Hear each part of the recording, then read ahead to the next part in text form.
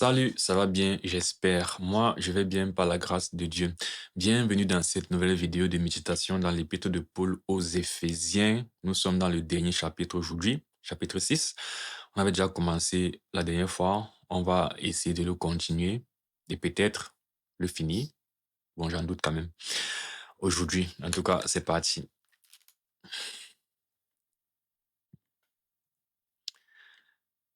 Ok, on peut continuer. On est au verset 10, n'est-ce pas? Ok. Euh, donc. Au reste, fortifiez-vous dans le Seigneur et par sa toute puissance, et par sa force toute puissante. Revêtez-vous de toutes les armes de Dieu, afin de pouvoir tenir ferme contre les ruses du diable. Car nous n'avons pas à lutter contre la chair et le sang, mais contre les dominations, contre les autorités, contre les princes de ce monde des ténèbres, contre les esprits méchants dans les lieux célestes. C'est pourquoi prenez toutes les armes de Dieu afin de pouvoir résister dans le mauvais jour et tenir ferme après avoir tout surmonté. Et il va les citer par la suite. Mhm. Donc, on entre dans le passage populaire sur le combat chrétien, combat spirituel, Mhm. avec dans le rappel que notre combat que nous menons, il n'est pas contre la chair, contre les hommes, mais contre les esprits. Mhm. La dernière fois, on disait quand même que pour prendre un peu la hauteur et revoir un peu généralement les idées du chapitre, on disait que il finissait dans le début de ce chapitre, en fait, il finissait avec les recommandations pratiques de la marche chrétienne. Donc là, au début, on a Mhm. parlé de l'obéissance des enfants aux parents et des serviteurs à leur boss, à leur maître et tout ça. Mhm. Et moi, je disais que, bon, je trouve que au partir du verset 10, il dit au reste. C'est un peu comme si il avait conclu au verset 9 une partie qui est dans cet aspect, à mon sens, plutôt pratico-pratique de la vie. Et puis, il ouvre un peu une autre parenthèse qui est un regard général sur la vie spirituelle. Donc, on est encore un peu plus général. Mhm. Et voilà. Même Et donc, si dans les générales, là, il y a des aspects imagés qui font quand même que c'est c'est un peu pratique quand même. C'est vrai que c'est général, mais c'est aussi plus vers l'imagerie, ou bien les analogies qu'il fait font aussi qu'on voit plus de manière un peu plus palpable les choses spirituelles. Comme tu dis. oui, général, c'est dans le sens que, oui, c'est pas des exemples qu'il donne. C'est un peu ça que je veux dire. Mhm. Parce que si on Ok. veut, lorsqu'il parle de on combat spirituellement parlant, on a des armes spirituelles, c'est toujours dans le paquet de le chrétien est dans une lutte. Et dans cette lutte, on peut prendre des armes avec des images, il dit ça renvoie à quoi, mais c'est toujours dans le contexte de la lutte, tu vois un peu le genre, dans Mhm. laquelle notre être spirituel est, qui est différent de l'exemple de femme, obéis à ton mari, enfant, obéis à tes parents, ne sois pas impudique. Tu vois Mhm. que là, on cite les exemples. C'est dans le sens qu'il dit que Mhm. oui. Mais je voulais aussi dire que du coup, c'est intéressant de voir donc que c'est important de prendre le temps de parler des deux aspects de notre vie, non? On a une vie qui est spirituelle, Mhm. explicitement spirituelle, donc les choses qui ont rapport, qui ont trait directement à Dieu, c'est le combat spirituel. Mais on a aussi une vie qui est séculière, c'est le rapport avec les autres humains, les parents, le boss et tout ça. Et que, bon, si tu es un chrétien qui est équilibré, tu vois, eh bien, tu Mhm. prends le temps, en fait, de gérer les deux, de méditer sur les deux, quoi. Je veux dire, Paul ne écrit pas un Mhm. épître, en fait, où il liste seulement les réalités spirituelles qui n'ont rien à voir avec la vie, la vie de tous les jours, tu vois. Et qui a pris le temps Mhm. de lister, en fait, les réalités de la vie de couple, la vie du foyer, la vie en société au travail. Et en même temps, on prend le temps de parler du fait que dans tout ça, on doit toujours rester aussi spirituel, quoi. Donc, moi, je trouve ça intéressant. Mhm. Et du coup, parlant justement de merger les deux, Lorsqu'on est dans cette vie séculière, eh bien, on interagit avec des hommes physiquement, mais il faut qu'on comprenne en fin de compte que le combat qu'on mène n'est pas avec ces personnes physiques, c'est avec... Quand il n'y a pas de domination des autorités, des princes du monde des ténèbres, comment tu... dans la rue, ça t'arrive souvent de bagarrer avec les dominations? Est-ce que dans ton quotidien, tu as rencontré des dominations et des autorités avec lesquelles tu as eu à combattre ou bien... Comment, du coup, moi, je lis ce que Paul dit au verset 12 et je dis, ce qu'il dit, je le vis. Il y a ce combat dans mon quotidien avec les autorités, les puissants des Mhm, ténèbres. mhm. Oui, Comment on comprend ça? un peu, je sais pas dans quel, je crois qu'il y avait dans 2 ou 3 passages, en fait, échanges où on parlait justement un peu une des choses que je vais mettre dans les dominations, c'est un peu comme je disais qu'il y a le système, je crois que c'est qu'on parle de la femme et l'homme, le fait que ça allait naturel heu, que la en fait, que la femme en fait, que l'homme s'occupe de la femme et que donc quand on parle des 2 là, il y a pas vraiment en fait, quand on parle de l'homme, en fait, de comment l'homme doit se comporter et de comment la femme doit se comporter, à cause du féminisme qui est dehors, à cause du système qui est mis en place dans le monde, justement, à cause de cette, cette ambiance-là, les esprits ont été, en fait, les esprits sont marqués, sont conditionnés, sont formatés ou bien sont dans un état où justement, dès qu'on dit quoi la femme fait comme ça, l'histoire de féminisme revient en fait comme un réflexe. Moi, c'est dans ça que je vois les dominations.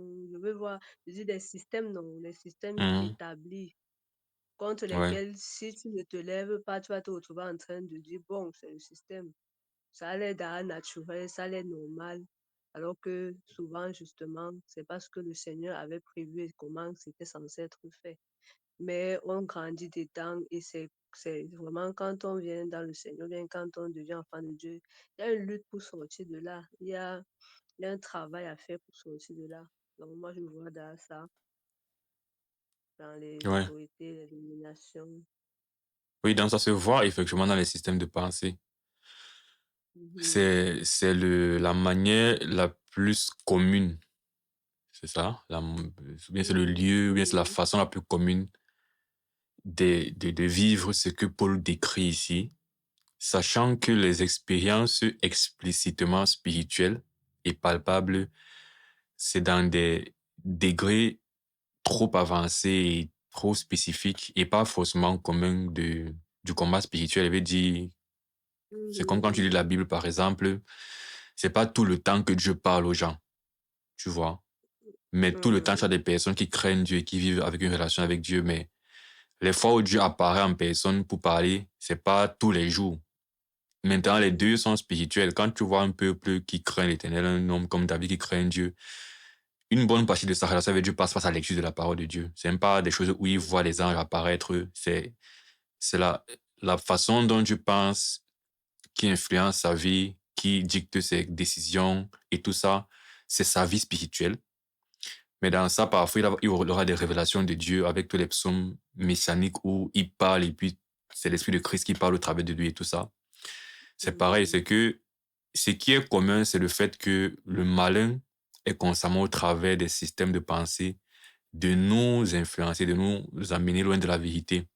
Et tu as bien décrit Mhm. ça, c'est qu'aujourd'hui, on voit certaines mœurs, en fait, dans les sociétés dans lesquelles on grandit, qui sont déjà établies, mais ce n'est pas le fruit du hasard. C'est justement le Mhm. fruit des influences spirituelles dans la vie des gens qui ne connaissent pas Dieu Mhm. et qui façonnent comme ça les mœurs, les cultures et les systèmes. Et donc, finalement, tu as l'influence indirecte de ces esprits, de cette domination qui se lèvent contre la connaissance de Dieu, qui dirige toute une société, quoi. Et effectivement, quand tu Mhm. es chrétien, ton combat, c'est donc contre ces systèmes de pensée, ces façons de raisonner et de faire. Et c'est là que tous les jours, et tu ne peux que te rendre compte d'un combat quand effectivement tu es sauvé. Parce que tant que tu n'es pas Mhm. sauvé, tu as l'impression que c'est comme quand tu as une addiction, non? Mhm. Et tu n'es pas conscient que Mhm. tu as une addiction et qu'à ce que tu veux arrêter. Tu te rends compte qu'en fait, il y a une force qui te tire vers la chose en question. C'est C'est ça. pareil. Tu vas dire dans le monde que je fais ce que je veux. Jusqu'à ce que tu décides de dire que bon, je veux faire un peu différemment de ce qui se fait là. Et tu te rends compte que, oh, c'est pas Mhm. facile, hein, parce que tout ça. Mhm. Donc, du coup, de manière plus explicite, ce sera les politiques, par exemple. Tu vois, ce sera la manière dont les lois sont établies. Ce sera les phénomènes de mode, phénomènes de tendance. Tout ça véhicule des systèmes de pensée. Et voilà, on va combattre toutes ces choses. Et donc, quand je suis donc devant quelqu'un parfois qui va peut-être t'insulter, te persécuter pour ta croyance, avoir un regard peut-être sur toi parce que tu es chrétien, de mépris et tout ça, c'est la résultante justement de la pensée antichrist en fait, Mhm. dans Il laquelle il circule dans est, lui. voilà, qui Mhm. circule, voilà, aussi dans lui. Donc, c'est pas que sa personne, tu dois haïr sa personne spécifiquement, mais il faut Mhm. comprendre donc que, voilà,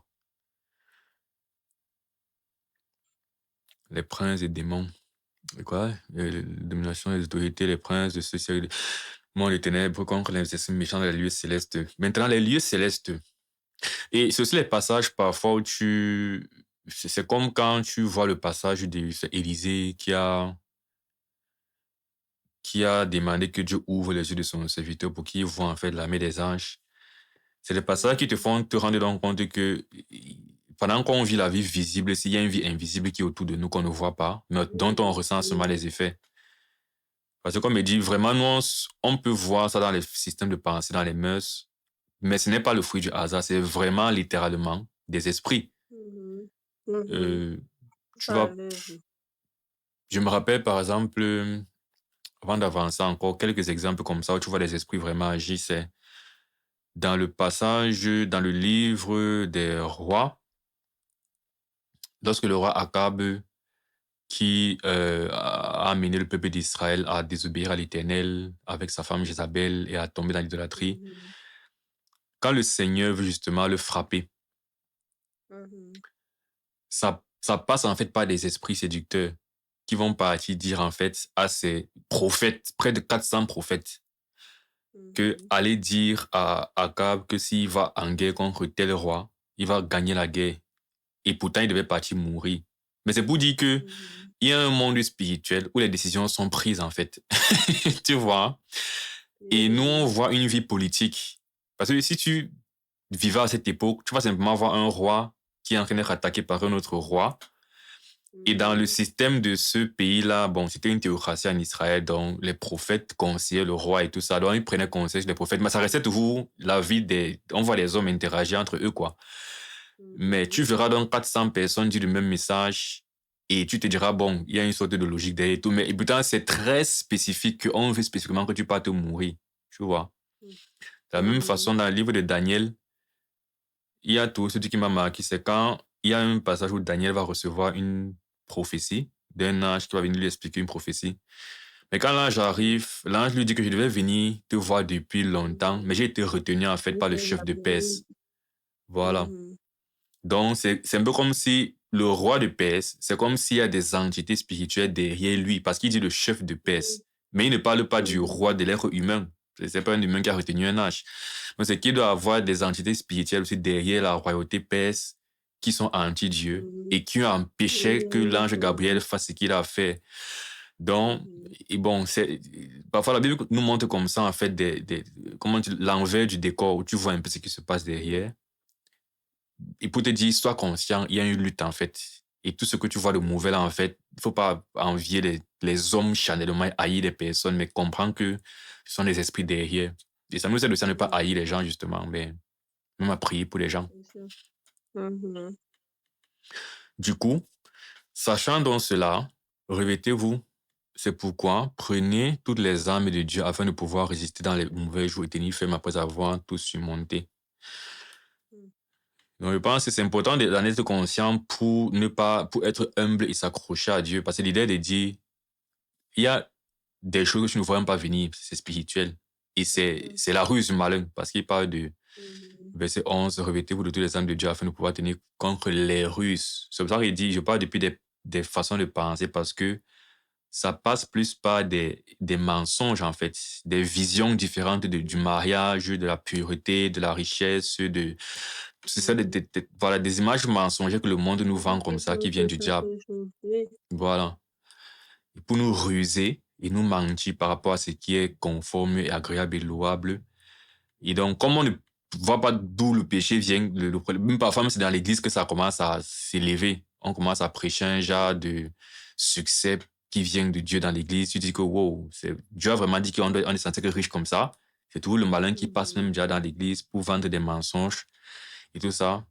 Comme donc, on ne sait pas forcément d'où ça vient et qu'on sait quand même qu'il y a l'ennemi qui est à côté, mieux on tient ferme et on prend toutes les âmes de Dieu de notre côté. C'est un peu comme ça que je comprends cette partie.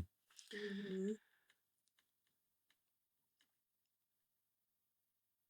Et le fait, en fait, le fait de souligner afin de pouvoir résister dans le mauvais jour, justement, c'est ce côté-là où, comme nous sommes encore sur terre et tout, ce qui est sûr, c'est qu'il y aura donc des moments où tu seras face à ce système de pensée, face à cette puissance qui veut t'empêcher de faire telle ou telle chose déjà dans le spirituel. Et il faut donc que tu te sois juste disposé avec ces armes-là. Pendant que tu t'es disposé, ça te donne la capacité, ça te prépare à pouvoir ne pas être bousculé comme peut-être ceux qui ne connaissent pas, comme on l'a dit au début, ceux qui n'ont pas conscience qu'il y a ce combat et qui n'ont pas pris, qui ne sont pas engagés à suivre la voie du Seigneur ne se rendent même pas compte. Donc, Ouais, que dans le mauvais jour, ils n'ont même pas, ils sont malaxés, ils sont battus, ils sont dans les problèmes, ils sont dans le système, ils suivent seulement, ils subissent. Alors que nous, avec cette capacité ou bien cette disposition qu'on a prise, on nous dit qu'il y aura bien ce mauvais jour, mais nous pourrons résister parce que nous sommes justement ancrés dans, dans ce qui nous permet de tenir. bon, plus tu parles du mauvais jour, plus ça me fait réfléchir parce qu'il dit résister dans le mauvais jour et tenir ferme après avoir tout surmonté. L'impression que moi, je viens d'avoir là, c'est un peu comme si le mauvais jour, au-delà, parce que je ne sais pas si on peut dire qu'il y a un moment, en fait, où vient le combat. Puisqu'on on est plongé dans le combat et dans l'hostilité. Je sais pas Sauf si tu vois ce que, que je veux dire. non, je comprends, je veux seulement dire que le mauvais jour, par exemple, si on regarde souvent quand l'Église, on dit comment, on détermine les temps, il va dire qu'on est peut-être dans le temps de la grâce, on est dans le temps de ceci, le temps de cela. On va dire que tout le temps qu'on passe maintenant, c'est à les mauvais jours dont la Bible parle que tout le monde se refroidit, tout ceci, tout cela. C'est vrai que dans ce sens, on voit que bon, c'est la vie quotidienne. Mais là, il y a aussi les jours où c'est plus direct, si on peut dire ça comme ça, parce que les systèmes de pensée, pour moi, le mauvais jour, en dehors du fait que nous sommes justement déjà dans l'attente de la fin des temps, bien que nous sommes en train d'aborder la fin des temps, il y a le côté donc, il y a un cran au-dessus, un cran au-dessus, un cran au-dessus. Plus on grandit, on avance Oui, c'est avec ce que le je voulais Seigneur. justement dire. C'est que, Hum, effectivement, que mauvais jour, c'est effectivement, même quand tu vas résister à un certain niveau, mhm, tu as besoin d'être toujours, en fait, mhm, plein des âmes de Dieu parce que il y aura même un autre niveau. Parce qu'il dit, après avoir tout surmonté, il faut encore pouvoir tenir. mhm, Donc, c'est pas comme tu mhm, mènes une bataille et à la fin de la bataille, tu peux te reposer en te disant, OK, j'ai fini la bataille. Et c'est alors là que mhm, une autre tentation vient. Mon idée est de dire que si en tout temps, en fait, tu es armé des armes de Dieu, même tu ne seras pas surpris par l'ennemi. C'est un peu, bon, c'est plus de côté que je vois le côté de. C'est pourquoi je disais un peu implicitement, pas explicitement, mais c'était un peu l'idée de dire, quand il disait que on ne voit pas forcément tout ce qui se passe dans les ténèbres, tu vois. Et comme on ne voit pas, mieux vaut être tout le temps plein des âmes de Dieu. Donc, en fait, c'est Mhm. bon, la notion de vigilance, non, c'est du genre, Oui, oui, oui. Mhm. oui. Parce que c'est un peu comme parfois, je prends un exemple bête, mais le fait de ne pas partir en boîte de nuit fait que je ne serai jamais dans une circonstance où on va dire qu'il y a eu peut-être une fusillade dans une boîte de nuit et les gens sont morts. C'est Déjà, ça. le fait que je suis en train d'éviter justement des choses que Dieu ne veut pas, sans spécifier, parce Mhm. que j'aurais pu partir en boîte de nuit et rentrer sans qu'il y ait un problème, non. Oui, oui. Mais maintenant, quand tu pars en boîte de nuit, tu ne t'attends pas à ce qu'il y ait une fusillade. Dans Quelqu'un la de dire fusillade, c'est comme, quelque chose. voilà, avait dit oui, c'est que quand tu pars en boîte de nuit, il y a le fait que tu vas peut-être être au milieu de la promiscuité, l'impudicité, tout ça. Mais il avait Mhm. dit, cet aspect-là, tu t'attends à ça. Donc, si tu pars en boîte de nuit, en fait, tu Mhm. peux dire que tu baisses tes yeux, par exemple. Tu vois, ça, c'est un peu l'aspect Mhm. qui est prévu. Mais tu ne prévois pas que pendant que tu seras en boîte de nuit, il y aura une fusillade. Ça, tu ne peux pas prévoir. C'est ce qu'il veut dire. Mhm. Mhm. Maintenant, le fait donc d'avoir directement dit je ne pars pas en boîte de nuit, ça fait que même la surprise que qui aurait pu arriver là, tu évites aussi Ne ça. te concerne pas. Oui, oui. Oui, je prends l'exemple pour dire que l'idée, c'est un peu du genre, si tu es dans une vie en fait où parce que les âmes de Dieu, après, on va voir que ce sont c'est une façon de vivre la foi chrétienne. C'est une façon de vivre la foi chrétienne, en fait. C'est pas littéralement que je prends un instrument, je pose sur moi.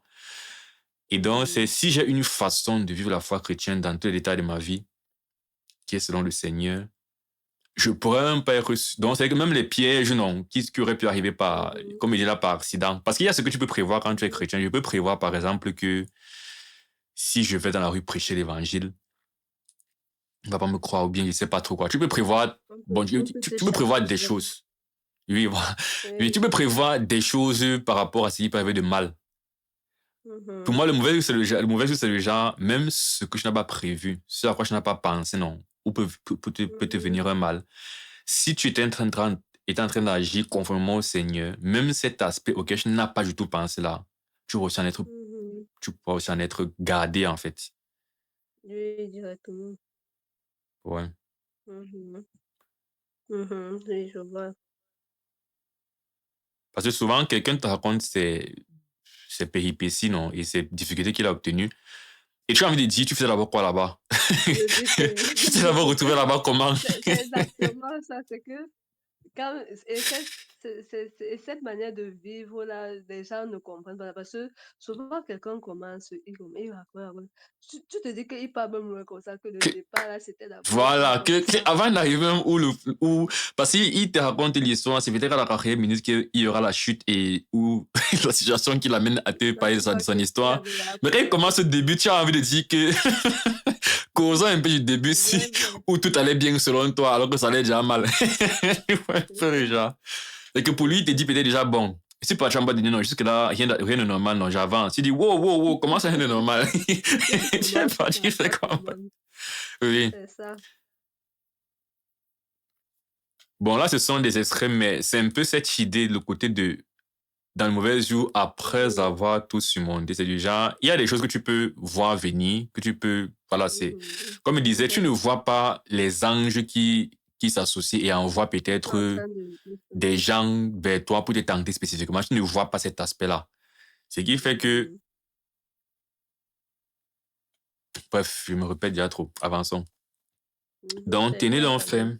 Voilà, tenez donc ferme et avoir la vérité pour ceinture.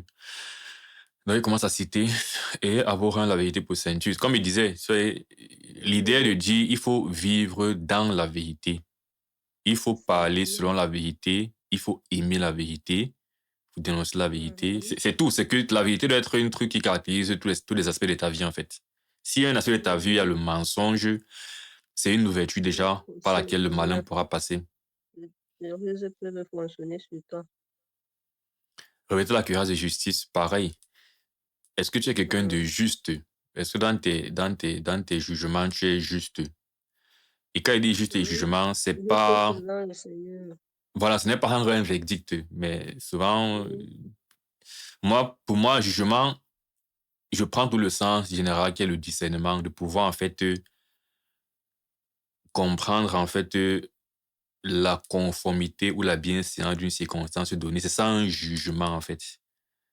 Maintenant, ça va s'appliquer peut-être à un verdict. C'est-à-dire que si quelqu'un peut-être, je suis un juge littéralement, il faudra que je puisse faire un jugement. Mais juger veut aussi dire que si on te demande de partir, par exemple, travailler dans un autre pays, tu dois pouvoir juger si c'est la chose adéquate à ce moment de ta vie. C'est ce qu'il veut dire par être juste, en fait. Donc, c'est Mhm. le discernement, quoi. Il n'y aurait pas de être quelqu'un de Mhm. juste.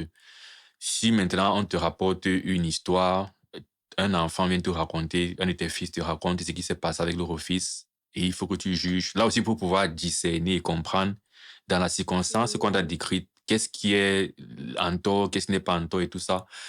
Dans ton travail, donc c'est ça. Il faut être quelqu'un de juste pour toutes les sphères de ta vie, quoi. Si tu as un collègue qui a fait quelque chose de mal, que tu as laissé passer, un autre collègue fait la même chose, pourquoi tu punis chez l'autre là? Est-ce que c'est juste Mhm. de faire exception de personnes, ce genre de choses? Donc, voilà. Est-ce que dans ta vie, tu pratiques la justice? Et aussi au sens de la justice que, bon, tu ne fais pas ce qui est mal. Parce que souhaiter les mauvaises choses à quelqu'un, ce n'est pas juste. Avoir les mauvaises pensées, ce n'est pas juste. Donc, justice, c'est aussi un thème pour moi qui est finalement comme être vrai, quoi. Et être juste, c'est. Et c'est ce que je voulais relever, que en regardant même, tu vas voir que la justice et la vérité, là, ça, c'est pas si ça va de pair ou bien ça, ça se, ça se complète bien. Ça se complète. Justement, parce que la vérité, c'est un peu Dieu. La vérité, c'est le standard, et ce qui est vrai. Maintenant, lorsque tu juges d'une situation, d'une circonstance, et que tu as par exemple dit la circonstance ici, c'est l'option A qui est la meilleure et l'option B est la mauvaise, justice permet de Tu sais, discerner après, tu entre as bien. parlé de, tu sais, il y a ce Oui, que les gens appellent justice et équité. Parce que il y a l'autre que, ce que tu as pris comme exemple, que ton premier, ton collègue fait ceci, tu fais comme ça, l'autre vient faire la même chose, tu fais comme ça. Et on va te dire que non, là, c'est une question d'équité, parce que c'est pour dire qu'il faut traiter tout le monde pareillement. Mais la justice voudrait que tu regardes les circonstances qui ont fait que l'autre fasse comme ça, l'autre fasse comme ça. Donc, en fait, je veux dire que dans justice, là, ouais. il y a le côté, parce que tu as dit que la vérité, c'est Dieu, le standard et tout, mais il y a le côté, un peu comme, je crois que tu appelles la conformité à ce que Dieu veut, avec le discernement, justement. Parce qu'il y a le Mhm. côté, on peut juste dire que pour être juste, que tout le monde fasse telle chose, c'est juste. Alors que c'est pas juste, c'est équitable. Or, la justice voudrait qu'on regarde justement avec les cas par cas et qu'on regarde, on adapte. Et c'est là, justement, on a besoin d'exercer un discernement. Oui, c'est pourquoi je disais que je prends justice dans le sens large parce que, effectivement, selon le contexte et la circonstance où tu appliques la justice que moi j'entends, que je remplace par Mhm, discerner, donc caractériser, si tu veux. Pour moi, quand il parle de mhm, justice, c'est la capacité à caractériser toute chose. Et dans toute chose, il y a un état de bien ou de pas bien par rapport à la circonstance, tu vois.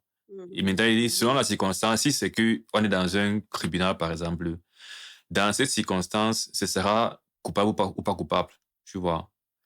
Si on est dans mhm, un contexte, comme je disais, d'un litige où deux enfants jouaient et un vient te raconter un problème qui s'est résolu, il va maintenant falloir savoir qui est le fautif, qui n'est pas le fautif.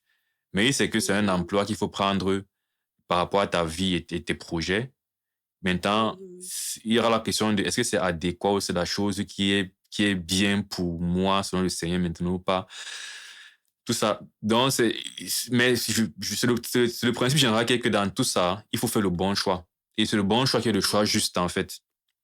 mhm, Maintenant, s'il faut être plus technique et dire dans quel cas de figure ça devient de l'équité, ça devient de la vérité ou quoi que ce soit, bon, on peut toujours faire ça, mais le but n'est pas trop de faire un coup de français, mais je prenais mhm. juste ça Non, comme en un fait, peu quand je dans. soulignais ça, c'était justement, c'était toujours pour dire que, et quand justement tu as regardé le discernement, c'est tout par rapport à justement la parole qui est la vérité. Plus, en fait, Ouais. c'était pour dire que moi je voyais vraiment un lien très étroit entre justement cette justice et la vérité. Parce que, Tu ne peux même pas les dissocier. Parce que là, quand tu oui, caractérises le, la conclusion qui est que ceci est bien là. mhm, Bien là, c'est par justement, rapport à Dieu. C'est ça, c'est que voilà. quand je dis que c'est bien, c'est parce que c'est conforme à ce qui est agréable pour Dieu. Mhm. Donc, Mhm. c'est ça, effectivement, c'est ça, j'ai aussi dit que finalement, justice et vérité, c'est pareil, mais c'est plutôt comme tu as dit, c'est qu'il y a un lien étroit entre les deux, non? L'un se repose sur l'autre, Mhm. l'un va avec l'autre, qu'on peut dans tous les sens. Mhm. Mettez pour chaussure à vos pieds le zèle que donne l'évangile de paix. Mhm. Bon, pour l'évangile, c'est pareil, c'est que tu dois être soutenu en fait par la réalité qu'enseigne l'évangile, non. Ça veut dire que Mhm. tout ce qu'on retrouve dans l'évangile, on retrouve quoi dans l'évangile? On retrouve une fois de plus la vérité, que Jésus est la Mhm. vérité. Ce qui est vrai, c'est que tu es un pécheur. Ce qui est vrai, c'est que Dieu est grand, tu es pas grand. Et que l'évangile, c'est tout. Je suis un pécheur, je suis faible, je suis incapable de faire Et certaines Dieu est choses sans juste Dieu. Dieu est Dieu est juste en puissant. obéissant, il est juste en Oui, sauvant tout le monde qui a cru, il oui. est juste Qui en a cru, condamnant voilà. ceux qui n'ont pas cru. Parce qu'il m'a pardonné, il faut que je puisse pardonner aux autres. Tu vois que ça revient dans l'évangile aussi, non? C'est-à-dire que l'évangile m'amène à faire miséricorde, preuve de miséricorde envers l'autre. Ça m'amène à ne pas me considérer mieux que l'autre parce que je sais que c'est par la grâce que j'ai été sauvé. Donc, quand je vois aussi quelqu'un qui est condamné, qui est encore dans son péché, c'est avec une sorte de Mhm. pitié que je pars aussi lui présenter l'évangile, pas en le jugeant dans le sens de condamner. Mais je le juge par contre, parce que une fois de plus, je caractérise son état et je conclus que son état, c'est la Mhm. condamnation quand il n'a pas Christ, tu vois. Voilà encore un cas de figure où le jugement Mhm. intervient. Et ce qui est juste à ce Mhm. moment-là, c'est de lui dire la vérité que il a besoin de croire, par exemple. Ça, c'est la justice à ce moment-là. Ainsi de suite. Et, Donc, et je voulais souligner que quand on parle aussi souvent de ces éléments, et un peu comme je parlais du rapport pratique dans le sens où on explique que quand on dit que la vérité, c'est la ceinture, on dit que la ceinture, son rôle, c'est de soutenir l'habit ou bien le vêtement, ou bien rendre, je sais pas comment on dit ça. Donc, souvent aussi, on voit le travail pratique que la ceinture, la cuirasse, les chaussures font. Et ça permet. bon, je suis pas sûr que ça ajoute vraiment quelque chose. Parce Si, que, si, moi, je trouve que quand on dit cuirasse, oui. on a expliqué que cuirasse, c'est comme un autre habit qui vient sur la peau. Qui vient... bon. Oui, mais si ce que tu as compris, je prends par exemple la ceinture pour vérité. Si tu as compris que je dois vivre selon la vérité, est-ce que Mhm. vraiment dit que voir comment la ceinture, c'est un habillement, est-ce que vraiment ça ajoute, ça va te faire aller au-delà de je dois vivre selon la vérité, en toute chose? Non, pas pour moi peut-être, mais je me dis que pour quelqu'un qui est en train de comprendre ceinture, chaussure, on peut bien se demander pourquoi ces termes-là, non, précisément. On Oui, je pourrait seulement dire comprends. que ayez, Ce qui est dit d'un marchez que, dans la vérité, soyez juste, prêchez ouais, l'évangile, tu vois. ouais. Donc, je disais, je souviens qu'il y a souvent donc cette relation-là pour montrer. Ce Bon, sont mais aussi pour des moi, je versets pense qui que disent c'est parce certaines que c'est choses. un langage, bon, peut-être effectivement il y a un plus. Je dis que je ne le vois pas, peut-être d'autres vont le voir. Mais pour moi, c'est cohérent avec le fait que il a pris le langage, en fait, de l'âme et du soldat. Donc, pour moi, De se revêtir. voilà, il va dans ce contexte, en fait, utiliser les éléments de ce langage on appelle ça comment en français, là, la famille. On appelait souvent ça comment, là? Il y avait une expression, là, Ah, j'ai oublié le le champ français. lexical. Champ lexical, voilà. Ouais. Mais, parce que, supposons, par exemple, que tu veux commencer à lier que, bon, la justice, peut-être, elle est à telle chose. Il y a d'autres passages de la Bible où tu vas voir peut-être que la foi n'est pas un bouclier, c'est plutôt une épée, ou bien que la foi, c'est plutôt une cuirasse. Ça fait que si tu veux commencer à rattacher peut-être la ceinture à la vérité, bon, quand plus tard la vérité sera plutôt le lasso. Ou bien, dans le repassage, tu verras que, je sais pas trop quoi, la vérité c'est plutôt la chaussure. Tu, donc, bon, si effectivement, oui, quelqu'un personnellement lit ça et dans sa façon de comprendre ces choses, tu vois, ça l'amène à voir Mhm. plus clairement, ok, y a Mhm. pas de souci, je dis amen à cela. Mais il disait que moi, du moment où moi j'ai essayé de me dire, bon, pour être terre à terre, non. Il me dit de vivre dans la vérité, dans toutes choses qu'ils sont en train de faire. Une fois que je suis arrivé à ce niveau-là, j'ai l'impression que j'ai compris ce qu'il était en train de dire. Mais comme il dit, peut-être c'est personne dépendante, non. Voici Si, le bon, plus. Voici le plus. Oui. Comme tu l'as dit, c'est dans une imagerie où on veut parler du soldat qui est en plein combat. Mhm. Dans la murerie, bon, dans la tenue de combat, la ceinture a un rôle. La cuirasse a un rôle. Moi, je me dis que c'est toujours dans ce sens-là que ça montre que tous ces éléments, chacun à sa place, justement, est un instrument qui joue déjà son rôle. Parce que le bouclier, par exemple, c'est le bouclier, ça a son travail. Son travail, c'est de protéger, et ainsi Mhm. de suite. Pour dire que dans chacun des éléments, en fait, on voit bien le côté, il y a un combat qui se passe et donc ces éléments sont importants à mettre sur nous. Aussi bien que quand tu vas aller en combat, un peu comme David et Goliath. David n'a pas supporté l'odeur des armures de, Saul. de Saül, oui. Mhm. Donc, lui, il a eu seulement sa fronde et autres. Lui, il était. Donc, on peut aussi dire que pourquoi David n'a pas. Mais il veut dire que dans le côté spirituel et Mhm. imagé qu'il est en train d'utiliser, je trouve que le fait de donner ces éléments-là. Bon, moi, je suis d'accord que quand on a compris le fond, c'est clair. Maintenant, si on est tout dans l'imagerie, justement, c'est important aussi de. Oui, c'est pourquoi je disais que si quelqu'un, en s'arrêtant sur les différentes images, a un truc qui l'aide de manière pratique, tu vois, parce qu'il s'en dit que pratiquement dans mon quotidien, ce que je me force à faire, c'est d'être vrai. Je ne regarde pas, je n'ai pas l'image d'une ceinture quand il cherche à dire la vérité, à vivre dans la vérité. C'est que je suis convaincu qu'il faut que je sois vrai dans ce que je fais et je dis, parce que c'est en faisant ça, je fais ce qui agréable à Dieu et je suis donc protégé du malin. C'est plus la réflexion qui est dans mon quotidien que l'image. Mais maintenant, si quelqu'un dans cette réflexion-là, tu vois un peu le genre, un peu comme la foi. Mhm. La foi, c'est un bon exemple. Je peux bien imaginer quelqu'un qui, littéralement, quand il passe par des persécutions, il a besoin de s'accrocher sur quelque chose. Il a l'image de la foi comme étant un bouclier pour prier avec foi, par exemple. Tu vois. Je peux bien imaginer que c'est Moi, comme ça peut justement, aider quelqu'un. en dehors même des persécutions, non. Mhm. Un peu comme tu disais tout à l'heure, le simple fait de croire en Dieu pour moi fait que, par exemple, un peu comme je disais qu'il y a les princes, les esprits méchants dans les lieux célestes qui nous attaquent physiquement et tout. En fait, c'est Mhm. que, en fait, qui nous attaquent réellement et ça se manifeste dans le physique. Moi, par exemple, non. Bon, Mhm. d'autres vont dire que on appelle ça que je ne suis pas sensible. Je ne sais pas si on appelle ça sensible selon leur manière de penser spirituellement, mais c'est que quand on arrive dans un lieu, parce que souvent nous on arrive dans un lieu, non. Les gens Mhm. ont commencé à dire qu'ils sentent les. Moi, en fait, quand je sais que je savais le Seigneur, parce que je crois, non, qu'il me protège, Mhm. qu'il est mon bouclier. À cause de ça, en fait, je ne dis pas qu'il n'y a pas des esprits qui aussi sont au travail. C'est un peu vraiment dans le sens dont tu parlais tout à l'heure que, en fait, tu es débarrassé des choses même que tu ne sais pas. Ou bien Mhm. que Ouais. tu. Je suis consciente qu'il y a un combat, non, mais je ne suis pas là pour voir que qui donne les coups et qui ne donne pas les coups. Parce que souvent, moi, quand je suis avec certaines personnes, on arrive peut-être d'un village où il faut prêcher. On dit souvent que dans les villages, où c'est compliqué. Les gens ne dorment pas la nuit parce qu'ils sont dans les combats, et ainsi de suite. Je ne refuse pas. Moi, par exemple, ce qui m'est arrivé spécialement, c'est pas que c'était un combat, c'est plutôt que mon esprit, toute la nuit, a voulu adorer. Moi, je me suis couché, non, que je dors.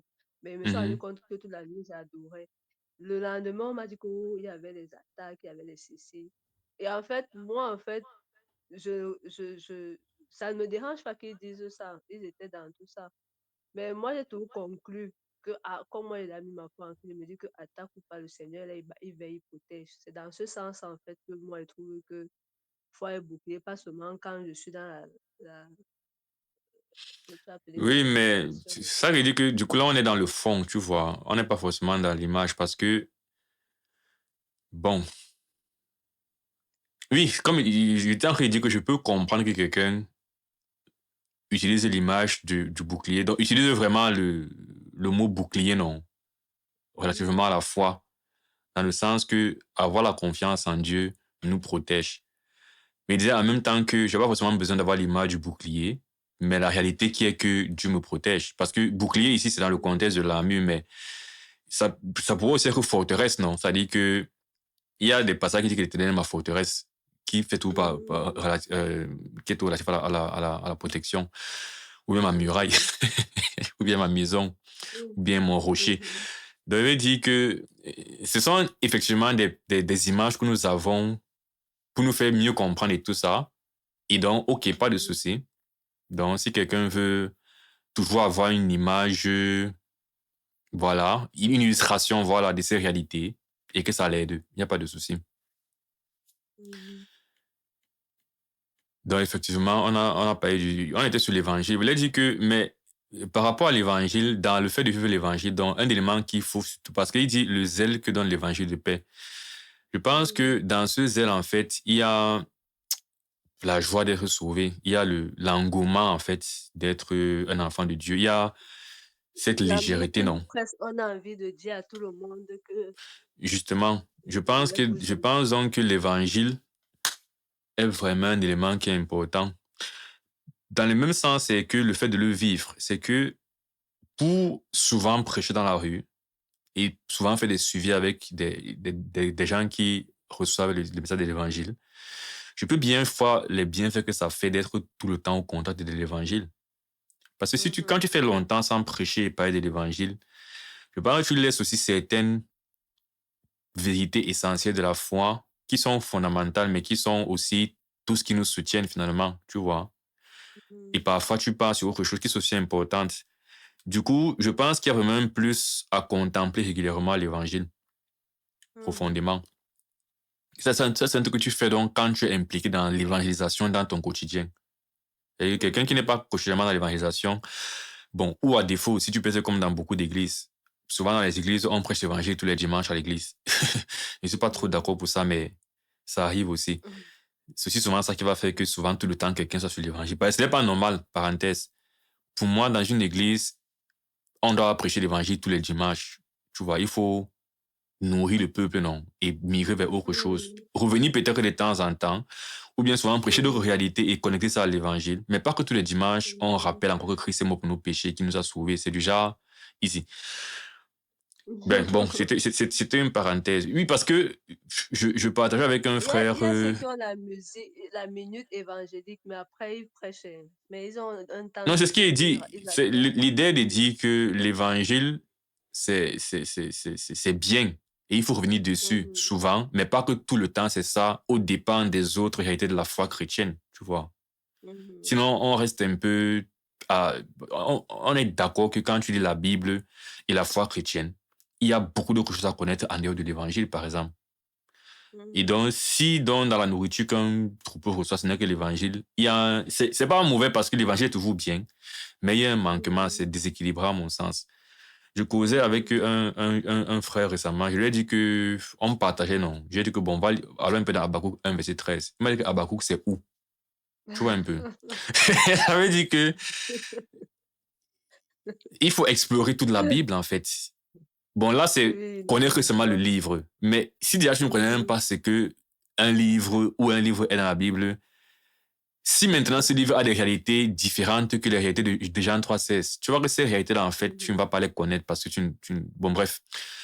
Mais il disait que du coup, si on est dans un contexte où on est plutôt équilibré, eh bien, c'est vrai qu'il y aura des moments où on prêche l'évangile dans l'église. Il y a des moments où on est parti sur autre chose. On a fait une série, par exemple, sur... Là, par exemple, on est en train de lire dans Éphésiens. Je pense que dans Éphésiens, même si on est revenu sur l'évangile en passant, mais ce n'était jamais vraiment profond. C'était toujours comme un prérequis pour bâtir. Quand on parlait, par exemple, de la prédestination et tout ça, on passait sur le fait qu'on reçoit ces promesses, ou bien on entre dans ce peuple élu parce qu'on a cru en l'évangile. Mais on n'est pas venu dire qu'est-ce que l'évangile, tu vois. On a glissé dessus. On est arrivé sur le mariage de l'homme et de la femme, ou bien sur les dons spirituels. Donc, si tu fais une série dans Éphésiens, tu peux la faire sans forcément être en train de faire une série sur qu'est-ce que l'évangile. Ce qui est différent d'une série dans Romains où Romain est déjà appelé de l'évangile. Donc, dans une église qui est plutôt équilibrée, il y aura des jours où on parlera d'autre chose. Il y aura des moments où on parlera de l'évangile et tout, et tout, et tout, et tout. Et dis donc que si dans tout ça, dans ton quotidien, donc, tu gardes toujours en fait de contact avec l'évangile, peut-être dans tes lectures, tu lis peut-être de temps en temps les évangiles, en parler à d'autres choses, ou comme il disait, tu as une vie d'évangélisation où tu parles encore de l'évangile, tu rappelles le message de la grâce, tu salues et tout ça. tout, l'œuvre de Christ, tout. Je pense que ça te maintient aussi dans une sorte de... Tu continues en fait à apprécier que le Seigneur vraiment a été bon et ça t'encourage Mhm. aussi. Bah, toi, moi, ça m'encourage Mhm. beaucoup de parler de Christ aux gens et de tout le temps contempler Christ, tu vois. En Et c'est parler pas à que les d'autres balles choses. ne t'atteignent pas vite, ne te découragent pas vite, puisque tu es tout le temps en contact avec cette vérité, cette Voilà, réalité, ce justement. qu'il a fait. Oui. C'est que justement, ce qui me plaît dans ça, c'est quand tu reviens un peu à la découverte de Christ aux yeux de quelqu'un qui vient de croire. Les premières questions Mhm. innocentes, les premières, voilà, réalisations de certaines choses que, ah, Dieu aussi fait ça. Et c'est bien, et c'est, pour moi, c'est ça, ce zèle-là, ce truc de waouh, donc, c'était aussi simple que ça peut sauver. C'est autant que Dieu m'a aimé. Ah, Christ a vraiment fait tant. C'est ce que Christ représente. C'est un truc que parfois on dit j'ai validé ça, migrons vers autre chose. Et pourtant, ce sentiment-là, Mhm. justement, bon, quand il dit le zèle que dans l'évangile, moi je vois donc encore ça, non. Quand tu rentres à cette vérité Mhm. principale de l'œuvre de Christ là. Et Mhm. donc, comme il dit, c'est lié au fait que tu es dans une vie d'évangélisation et de l'évangile. Il y a aussi maintenant le fait concret que prêcher l'évangile fait vraiment grandir et ça te force Mhm. à plus te discipliner. Quand moi je Effectivement. prêche l'évangile, les formes, je ne suis même pas en fait OK dans ma relation avec le Seigneur, je n'ai même pas envie de prêcher l'évangile en fait. Tu vois. Mhm. Et du coup, quand je prêche l'évangile, je m'assure d'être dans une vie à un certain niveau aussi de proximité avec Dieu. Tu vois un peu le genre. Mhm. Et même parfois, quand tu Mhm. vas dehors et que tu commences à. Parfois, je me sens pas au top. Je suis peut-être au travail comme ça là. Que mais je même que gars, esquive même l'évangélisation aujourd'hui parce que tu es trop fatigué, tu vois. Après, peut-être je force et Mhm. j'y arrive en me disant, bon, je vais faire le minimum. Mais à peine tu as commencé à parler, il y a une énergie qui sort de nulle part. Jusqu'à ce que tu prêches Mhm. moi encore, tu vois. Mhm. Donc, maintenant, tout ça, et comme tu disais maintenant, toutes ces choses, en fait, c'est une armure dont l'un n'est pas sans l'autre. C'est pour ça Mhm. qu'une vie dans laquelle tu t'appliques à être vrai, tu t'appliques à être juste, tu es au contact de l'évangile de Christ. Tu as la foi en Dieu, dans ses promesses, Mhm. dans ses machins, trucs. Et puis il a dit quoi? Avec lesquels vous pourrez éteindre les traits enflammés du malin, le casque du salut. Mhm. Et aussi ça, là, méditer sur le fait que j'ai la vie éternelle, en être Mhm. reconnaissant, y penser, tu Mhm. vois. Ça, c'est Mhm. aussi lié à le contact avec l'évangile tout le temps. Parce que quand tu parles tout le temps de l'évangile, eh bien, tu penses tout le temps à ton salut, tu vois. Mhm. Maintenant, si on va encore faire une sorte de... Ça renvoie à quoi le casque? Bon, ça protège au niveau de la tête, non? Si on veut essayer d'être un peu, tu vois, dans les Mhm. illustrations, les significations, c'est déjà, tu sais que même ta santé mentale, quand tu as la soin de ton salut, tu n'as pas la pression dans la Oui, tête parce que tu vois un peu le genre. oui. Ta tête est La pression protégée. du monde elle ne te touche pas trop. Tu sais que Voilà. tu es dans l'éternité, tu es hors de Voilà. cette... ça Voilà. va aller. Mhm. Non, mais oui, cet aspect justement, tu vois, de santé mentale et tout ça, de santé psychologique, de calme, c'est vrai. C'est-à-dire, Mhm. quand tu, je réfléchissais à ça récemment. C'est des temps, je regarde de moins, pratiquement plus les informations, en fait. Je pense que maintenant, quand je regarde Mhm. sur YouTube, c'est des vidéos de, bon, parfois, c'est des vidéos de chrétiens qui parlent de, de ce qui se passe dans les guerres et tout ça, mais c'est généralement dans des, essayer de comprendre, en fait, les liens entre les prophéties et ce qui se passe aujourd'hui. Donc, c'est toujours un regard très céleste des choses, très au royaume des cieux, tu vois un peu le genre. Ce n'est pas, Mhm.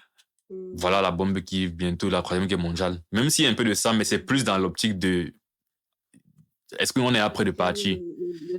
oui, le lien avec ce qui est dit? Ouais. Mais c'est pour dire que il y a ça, je regarde de moins en moins d'informations. Et aussi, quand par exemple, je vais peut-être faire un partage avec des frères ou bien partager à l'église, il y a ce truc-ci où tu as cette rupture, tu vois, avec ton environnement du quotidien de tous les jours. Mhm. Et ça fait du bien, quoi. Je Mhm. pensais juste au fait que quand tu es tout le temps, justement, en train de regarder ce qui se passe dans le monde, il y a effectivement une pression qui s'accumule. Même ton travail, par exemple, tu vois, le fait de tout le temps, tu penses à ton travail et tout ça. Et que tu n'as pas de déconnexion Mhm. pour t'intéresser à d'autres choses. Parce que pas seulement une déconnexion pour avoir le vide dans ta tête, mais une déconnexion pour vraiment te tourner vers autre chose. Oui, oui, Ça oui. fait du bien. Et donc, pensez aux choses spirituelles, pensez au fait que la vie est au-delà de ça. Parfois, je reste comme ça, je me dis que mince, sur le plan professionnel, où est-ce que j'en suis même? Je fais des Mhm. conjectures, j'ai même plutôt des craintes, tu vois un peu le genre, avec le Oui. monde de l'emploi qui devient de plus en plus difficile, tout ça. Et le fait de te dire qu'en fin de compte, je suis de passage sur terre, tu vois que c'est une Mhm. pensée qui peut venir vraiment tamponner la C'est que concentration la de pression voulait crainte. déjà te faire faire. Oui. Voilà, tu vois. Et relativiser te dit, bon, même si en fin de compte, ça se passe mal sur le plan professionnel, sur le plan familial et tout ça, j'ai le salut, j'ai la vie éternelle en fait. J'appartiens à Dieu. Tu vois ce genre Mhm. de truc. Et donc, il y a une sorte d'apaisement que ça Ça peut aussi peut- apporter, quoi, oui. grâce du Mhm. salut. L'épée de l'esprit qui est la parole de Dieu. L'épée de l'esprit, Bon, la parole de Dieu. pour revenir donc, tu voulais dire un truc par rapport à l'épée de l'esprit. En fait, au départ, je comprenais pas comment c'était une épée. En fait, comment je regardais les trucs, non. Maintenant, je disais que bon, à quoi sert l'épée? L'épée, oui, on peut répondre à l'attaque avec, on peut aussi se protéger aussi d'une certaine manière. Donc, je voyais le côté où ça nous donne aussi d'agir. Et dans ça, je voyais encore l'évangile. C'est-à-dire, quand tu pars dire la bonne nouvelle à quelqu'un et que on dit que le Saint-Esprit le convainc de pécher justement avec parce que la parole est sortie. On dit qu'elle fait quoi? Elle est comme une épée qui divise entre moi et les jointures, des trucs comme ça. Je voyais en fait pratiquement que oui, la parole agit en fait. En fait, au départ, Mhm, je ne comprenais pas l'épée, non. mhm, J'avais réfléchi beaucoup sur l'épée. Je dirais que escorte d'attaque. Au départ, quand on me disait épée, je voyais les gens qui aiment les prières de la nuit là, dans les églises, que fire, fire. Bon, après, j'ai plus vu dans ce côté-là que l'évangile qu'on est en train de donner là, bon, en lisant aussi l'autre référence de la parole à l'épée, c'est vraiment ça de la force, ça de la vie, comme on dit que mhm. l'esprit est, la parole esprit et vie. Donc, oui, c'est ça.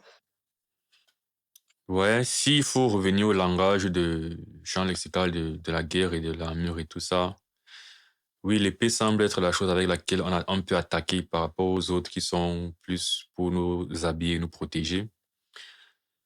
Et effectivement, on voit donc que c'est à travers de la parole de Dieu que Dieu agit, non, Dieu fait des choses, quoi.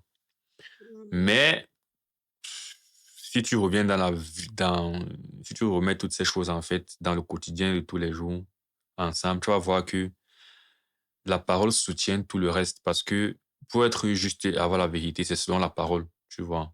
mhm, Même ma foi, en réalité, c'est par rapport à, je crois à la parole, je crois aux promesses de l'Éternel, je mhm, crois à ce que la parole m'a révélé de qui est Dieu, dans son caractère et tout ça, c'est la parole. Du coup, la parole, finalement, voilà, c'est dans tous les sens. oui, oui. Mais s'il faut effectivement donner un truc qui est offensif, ça semble être la parole parce que avec la parole, on peut parler à quelqu'un, quelqu'un écoute la parole, quelqu'un... Et il pense qu'il y a plusieurs d'autres images de la parole comme étant une épée. Tu as cité Hébreu, je crois, 4:12, qui dit que Mhm, la parole de Dieu, en fait, elle est tranchante, c'est pas, c'est quoi, moi, les jointures et tout ça. Elle est mhm, comme une épée à double tranchant. Tu as Jésus qui a dit qu'il est venu, en fait, mettre la division entre tes mhm, parents. Oui, il y a beaucoup de passages qui assimilent la parole à l'épée. Christ a, la, Christ a une épée qui sort de sa bouche dans Apocalypse quand il revient. De sa bouche, une épée mhm, tranchante. C'est la parole. mhm, Son nom est la mhm, parole de Dieu. Et là, c'est quand il vient en tant que guerrier pour faire la guerre dans l'Armageddon. On dit que sur mhm, sa cuisse était écrit son nom. Son nom est la parole de Dieu. Et tout mhm, ça. Et donc, la parole, c'est quelque chose que, pour moi, c'est la chose la plus importante qui existe. Parce que déjà, c'est littéralement Christ, la parole. Mais même pratiquement dans la vie chrétienne, comme il disait, la parole mhm, soutient tout. Dans mhm. le En sens que, général, même. oui, Oui. Parce que voilà, même si tu dans fais les vraiment ce que la traditions parole te demande, oui. être oui dans la tradition, Je voulais dire vas-y. que dans les traditions et autres, le pouvoir de la parole de Dieu, à part la parole qui est la parole de Dieu, non. Il y a toujours ce côté où ce qu'elle dit. Maintenant, la grâce que nous on a, c'est que la parole, là, elle vient du Créateur. En fait, c'est la parole de Dieu, quoi. Mais de manière générale, même, il y a le pouvoir des mots, si on peut dire ça comme ça. J'ai été distrait, tu peux répéter s'il te plaît. Je disais que oui, en dehors de la parole de Dieu, la parole même de manière générale a effet, non. En fait, à partir de la parole de Dieu, on a vu que ce qu'on dit doit être, on dit quoi? On dit que quoi au pouvoir de la langue. Ce qu'on dit agit, a de l'action. Donc, il faudrait mieux prononcer les paroles qui viennent du Seigneur que les paroles qui ne sont pas, Hmm, un peu comme quand, un peu comme quand quelqu'un dit des choses à son enfant qui ne soient pas positives, sa mhm, condition d'enfant, il accepte, il intègre, ça devient sa vie, et ainsi de mhm. suite. Donc, il est mieux qu'on partage la parole de Dieu et non a cette grâce de la voix, mais la parole a de Ouais. l'effet. C'est parce que la parole, pour moi, véhicule justement l'esprit. Et ici, par esprit, je parle de Mhm, mysticisme, mais je parle de... Moi, je te dis ceci, c'est que pour moi, l'esprit, en fait, c'est le mind. Pour moi, l'esprit, c'est la pensée, c'est la réflexion, le raisonnement. C'est-à-dire mhm, que c'est pour ça que tu peux influencer quelqu'un par ta parole, parce que ta parole transmet en fait un esprit. mhm, Quand on dit, par exemple, que le gars, c'est un esprit tordu, c'est pas qu'on le voit avec un esprit tordu, c'est que les choses qu'il dit, ce sont mhm, des raisonnements qui sont bizarres et on dit il a un esprit tordu. Mais je pense que l'expression elle est très bien trouvée parce que c'est vraiment que mhm, ce que tu dis, et même que ce que tu dis, ce n'est pas quand tu le dis en fait que ça devient surnaturel. C'est juste que par nature, la pensée, la réflexion, c'est ça l'esprit. Je pensais à quoi mhm, récemment là? Je lisais Romain quand on dit qu'ils ont du zèle sans intelligence. mhm, Par exemple, c'est toute cette notion la notion d'intelligence. Dans Romains 7, Paul dit que quoi? Il parle en fait du fait il parle de l'homme intérieur, tu vois, et le combat entre l'homme intérieur mhm, et sa chair. Et mhm, puis, il assimile l'homme intérieur à ce qu'il appelle son entendement. Il est aussi par l'entendement, esclave de la loi de Dieu, et par la chair, esclave de la loi du péché. Et mhm, c'est donc vraiment le côté d'entendement. Il va dire ailleurs, on ne combat pas contre... nous amenons tout... Il dit quoi là? Nous combattons contre les esprits, et puis il dit contre les forteresses et contre les raisonnements qui s'élèvent contre la connaissance de Dieu. Donc c'est ça, c'est que comme la parole transmet dans l'esprit, et l'esprit, il est soit de Dieu, donc il est soit conforme à ce que Dieu veut, soit il n'est pas de Dieu et il est mauvais. Sinon, les mhm, paroles que tu dis sont effectivement dans le sens qui n'est pas de Dieu, eh bien, c'est un esprit justement qui, tu vois, qui n'est pas pour en Dieu. train de dire, oui, Maintenant, effectivement, là, il dit esprit au sens que un être humain dit un truc, c'est un esprit et tout, mais il y a une dimension où littéralement un esprit est vraiment derrière, tu vois. Comme toujours, il y a toujours le côté où mhm, c'est le côté ce qui est commun et ce qui est hyper surnaturel. mhm, Donc, c'est pareil pour les chansons. Tu peux mhm, écouter une chanson, en fait, où les paroles, c'est pas que le chanteur est possédé, une chanson mondaine, mais c'est que ces paroles mhm, véhiculent ce qui est mauvais. Donc, l'esprit qui est derrière n'est pas bien. Pas qu'il soit possédé, mais c'est mhm, juste que l'influence que ces paroles auront quand tu parles pas le temps à parler en fait de il faut chercher l'argent, il faut être riche, il faut avoir des maisons. Tu dépeins en fait une sorte de culte du soi, de la luxure et tout ça. mhm, Forcément, quelqu'un qui écoute ça, ça va l'influencer dans ce sens. oui, Maintenant, il y a le niveau où non seulement tu as cet esprit-là, qui est l'esprit charnel, justement. Voilà, c'est justement ça. Quand il dit que c'est humain, c'est pas hospitalier, c'est parce que c'est l'esprit charnel. C'est ça qu'on appelle la chair dans la Bible, dans le raisonnement qui est pas selon Dieu. mhm, Maintenant, il mhm, arrive donc que cet esprit charnel humain-là soit encore catalysé par un ange déchu qui s'ajoute à ça. Et maintenant, ces paroles auront aussi plus de dégâts et plus de puissance et tout ça. mhm, Et donc, on était même sur quoi? À la parole de Dieu. Le même raisonnement pour la parole de Dieu. Quand tu es un chrétien, qui est l'homme intérieur, justement, l'homme intérieur, justement, c'est celui qui a un entendement conforme à ce que Dieu veut. Bien, c'est lui qui va parler des mhm, choses qui sont selon le Seigneur, qui va influencer positivement les personnes. Et quand tu vas dire la parole de Dieu, l'évangile, c'est un message qui est juste spirituel parce que c'est la vérité de Dieu, en fait. Tu vois, quand tu dis ce Mhm. message à quelqu'un, ce message, l'esprit maintenant qui a créé ce message est content d'accompagner ce message et travailler dans les cœurs, quoi. Mhm. Mais je voulais aussi dire que la parole de Dieu, du coup, euh, on va peut-être finir dessus. Je pense donc que, en tout cas, moi, je préfère voir quelqu'un, comment, je sais pas comment dire ça. Parmi les signes que je Mhm. regarde quand je parle avec quelqu'un, je parle de Mhm. Jésus à quelqu'un, par exemple, je prêche Jésus à quelqu'un et tout ça.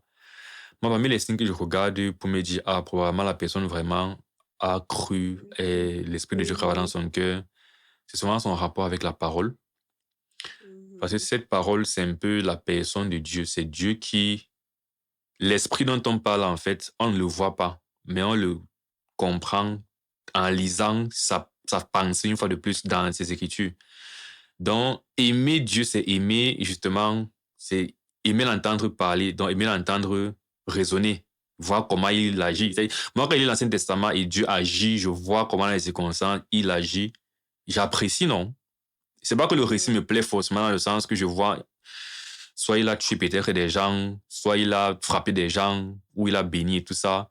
Il y a des choses qui sont pas agréables sur le plan humain, mais je suis en train de voir Dieu s'exprimer et Dieu interagir, Dieu se comporter, Dieu raisonner. J'aime ça parce que je sais que c'est Dieu ici qui est en train de, tu vois. Et donc pour Mhm. moi, le rapport à la parole, c'est quand même un signe fort de quelqu'un qui est attiré par Ah. la personne de Dieu. Et je sais Mhm. donc que si tu lis beaucoup la parole et que tu la prends pour ce qu'elle dit, tu vois, ça va faire tout le reste. Parce que c'est la même parole qui te dit de prier, en fait, qui te Mhm. dit sur quoi t'appuyer pour attendre les promesses de Dieu, sur quoi espérer, qui te dit comment te Mhm. comporter, qui te dit comment juger, qui te dit c'est quoi la vérité. Donc la parole, c'est vraiment la base de tout le reste. Et c'est Mhm. en ça qu'il dit que, bon, finalement, les âmes de l'esprit, ça revient à vie selon Dieu, ta vie. C'est ça, réussir les âmes de Mhm. Dieu, l'esprit. Mais comme c'est vague, c'est vrai qu'il faut peut-être dissocier, prendre un à un et dire la justice, parlons-en, la Mhm. vérité, parlons-en. Mais tout ça emmagasiné dans La tout ce que Dieu a parole. révélé, en fait, voilà, c'est dans la parole. Si tu vis conformément à ce qui est écrit dans la Bible traite de tout. Ça traite de prier, ça traite de prêcher, ça traite de pardonner, ça traite de tout ça. Donc, Mhm. Oui, oui, oui. bon, on finit avec le verset 18. Faites en tout temps par l'esprit toutes sortes de prières et de supplications. Veillez à cela avec anxiété, persévérance et priez pour les saints. Il dit souvent que la prière, c'est un peu l'âme, c'est le joker. On ne le cite pas dans les âmes Mhm. spécifiquement, mais on comprend que il est aussi là. Mhm. Et ça va de pair avec la prière, avec la parole dans tous les cas. Il dit souvent que pour connaître ce que Dieu veut, tu dois lire la parole, mais pour comprendre sa parole, tu dois prier. Donc, il faut prier qui t'éclaire. Donc, tu vois que, Mhm. je ne sais pas qui est la Mhm. poule et qui est l'œuf, mais les deux, Bon, les deux sont bon. là. Voilà. Oui. Bon, je vous propose qu'on arrête là. Mhm. Donc, veiller à cela avec une entière persévérance, c'est ce qu'il faut qu'il travaille encore. La Après, si tu veux encore persévérance. commenter un truc, parce que j'ai pas de beaucoup, si c'est ce que tu veux commenter, tu commentes avant qu'on Non, arrête. non, non. Je soulignais seulement que on a fini avec de faire toutes sortes de prières et supplications. Non. Ouais. Le veiller à cela avec une entière persévérance, c'est à la prière ou bien à tout ce qui a été dit, c'est ce que je demandais. Parce que moi, je Ouais, je voyais pense que plus c'est la ça la persévérance. prière. Je voyais plus la prière. Je disais que bon, ça c'est Ouais, mon ça par point de contre, vue à c'est, moi. ouais, ça c'est une exhortation pour moi aussi. Mhm. Je pense qu'on pourra revenir dessus la prochaine fois pour parler plus de la prière avant d'avancer. Mhm. D'accord. Ok. Euh, Je bon, tu pries prie. alors? Oui, oui, on clôture. D'accord. Ok. Prions.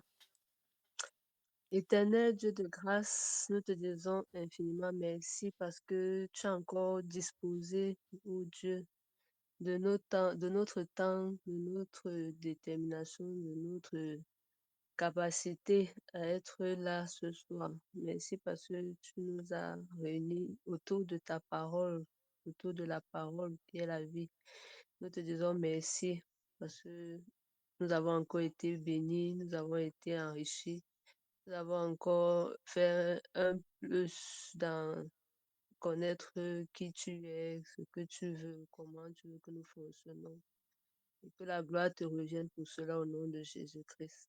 Nous te disons merci pour la semaine qui est en train de commencer demain. Nous voulons que tu sois encore au contrôle, que ce soit toi qui nous dévance, que tu nous donnes par rapport à ces âmes de veiller vraiment à entretenir notre rapport, notre relation à la parole, afin que nous soyons vainqueurs selon ce qui a été dit de tous les combats qui seront les nôtres cette semaine.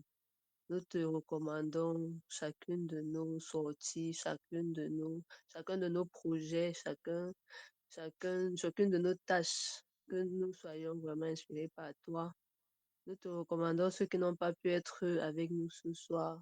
Nous ne cessons pas de penser à eux. Nous croyons que tu es le seul qui peut faire quelque chose. Nous te disons merci encore et nous te disons au nom de Jésus-Christ, nous t'avons prié. Amen. Amen. Merci. Ok. On se Bonne dit à la semaine santé, prochaine. bon rétablissement complet. Ouais, merci. Ok. Tout à l'heure, j'ai commencé à me gêner pas. Ça commençait à un peu me déranger, donc Ah, c'est il faut là. que je parte. Tu vas Ouais. aller te... Ok. Bon. Après, alors. Yep. Donc, fin de cette euh, nouvelle vidéo. Je pensais bien qu'on n'allait pas finir aujourd'hui parce que on parle toujours beaucoup. Mais j'espère qu'on pourra finir. Nous sommes déjà au verset 18. Ouais, en principe, la prochaine fois, on va finir la prochaine fois. Donc, on a parlé des âmes spirituelles. J'espère que ça a été édifiant. Merci d'avoir regardé cette vidéo jusqu'à la fin. On se retrouve dans une prochaine vidéo. Que Dieu te bénisse. Porte-toi bien d'ici là. Porte-toi bien d'ici la prochaine fois. Ciao. Et coupez.